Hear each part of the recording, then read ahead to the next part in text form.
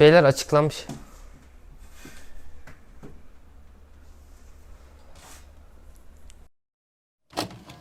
Spotify ayda 456 milyon aktif üyeye sahip İsviçre merkezli bir müzik dinleme servisi ve bu inanılmaz istatistikle alanında lider. 456 milyon üyenin 195 milyonu premium aboneliğe sahip. Ayda 20 liradan paparada yarısını. Spotify kullanıcı dostu tasarımı ve geniş müzik koleksiyonuyla öne çıkıyor. Ancak yılın son aylarında onu daha çok tek bir özelliğiyle görüyoruz. Spotify Wrapped. Peki nedir bu Spotify Wrapped? Spotify Wrapped, Spotify'ın kullanıcılarına her yılın sonunda o yılki dinleme istatistiklerini gösteren bir algoritma gibi bir şey. Bu Wrapped ilk olarak 2016'da ortaya çıkıyor ve ilk ortaya çıktığında sadece istatistiki olarak sunuyor. Yani bir rapor gibi sunuyor. Daha sonra Instagram'ın Snapchat'ten çaldığı hikayeler mantığıyla sosyal medyada hikayeler çağı başlıyor. Hatta hesap makinesine kadar geliyor hikayeler. Bununla birlikte 2019'dan beri artık Spotify Wrapped'de de hikayeler konseptini görüyoruz. Bu konsept sayesinde insanlar hikayeleri artık sosyal mecralarda paylaşabilmeye başlıyor.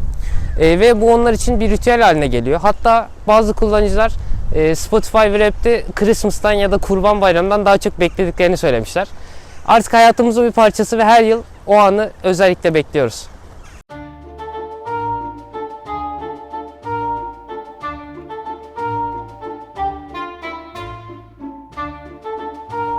Yılın bu zamanlarında tıkladığınız her içerik sizi bir Wrapped paylaşımına götürüyor.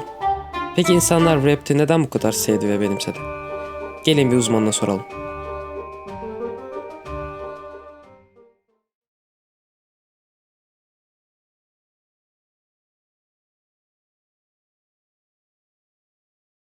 Grazie ragazzi un debare and Bonucci.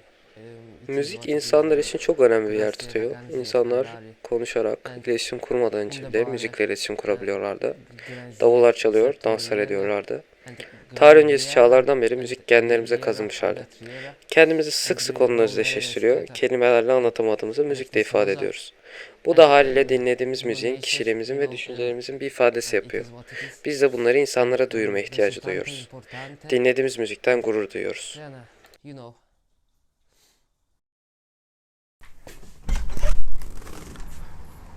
Oğlum Recep niye Wrapped'i paylaşmadın bu sene? Yok kanka ya. Niye kanka, kim çıktı? Ya bu sene benimki çıkmadı kanka. Oğlum nasıl çıkmadı? Oğlum ne demek çıkmadı? Peki Spotify tüm bunları nasıl yapıyor? Cevap aslında çok basit. Dinleme geçmişinizle. Ortalama bir Spotify kullanıcısı günün yaklaşık 3 saatini müzik dinleyerek geçiriyor. Bu tabi inanılmaz büyük bir istatistik havuzu oluşturuyor ve Spotify'ın elinde bir sürü veri oluyor. Spotify bu verilerle ne yapıyor?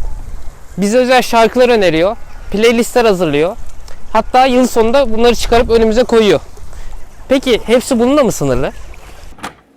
iPod'ların hayatımıza girmesinden bu yana müzik gündelik hayatımızın fon müziği konumuna geldi. Kulaklık takabildiğimiz her an hayatımız bir müzikalden ibaret. Dinlediğimiz müzik deneyimlediğimiz hayatı, deneyimlediğimiz hayat dinlediğimiz müziği etkiliyor. Bu da şu anlama geliyor. Spotify tam olarak ne hissettiğinizi biliyor. Eğer 2 gece üst üste Sezen Aksu dinlerseniz karşınıza terapist reklamı çıkmasından daha doğal bir şey yok. Ya da işe giderken ve dönerken aynı playlisti dinliyorsanız Spotify ne zaman evde olduğunuzu biliyor. Ya da yemek yaparken size müzik öneriyor. Aslında bu bize çok doğal geliyor çünkü algoritmayı seviyoruz ve bizlere bir şeyler önermesini istiyoruz. Ama aynısını Instagram yaptığında hepimiz bir anda böyle bir şaşırıyoruz. Peki Spotify'ın yaptığı yıllık özeti Instagram yapsaydı karşımıza nasıl bir şey çıkardı? Bu yıl 975 saat Reels izledin. 237 saati tuvaletteydi. Eski sevgilinin hesabına 67 kere girdin. En çok girdiğin tarih 7 Mayıs Cumartesi.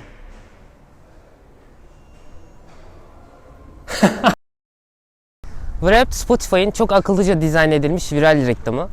Yani parayla abone olduğumuz bir sistemin bedava olarak sosyal medya hesaplarımıza reklamını yapıyoruz. Bunu yaparken kendi reklamlarımızı yapıyoruz. Bazen abi ne kadar kaliteliyim demek için. Bazen abi ne kadar duygusalım.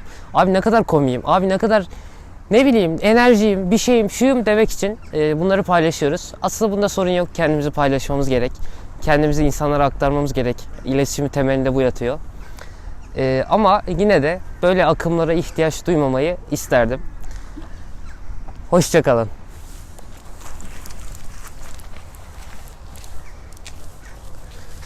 Bilal işte %1 içindeyim.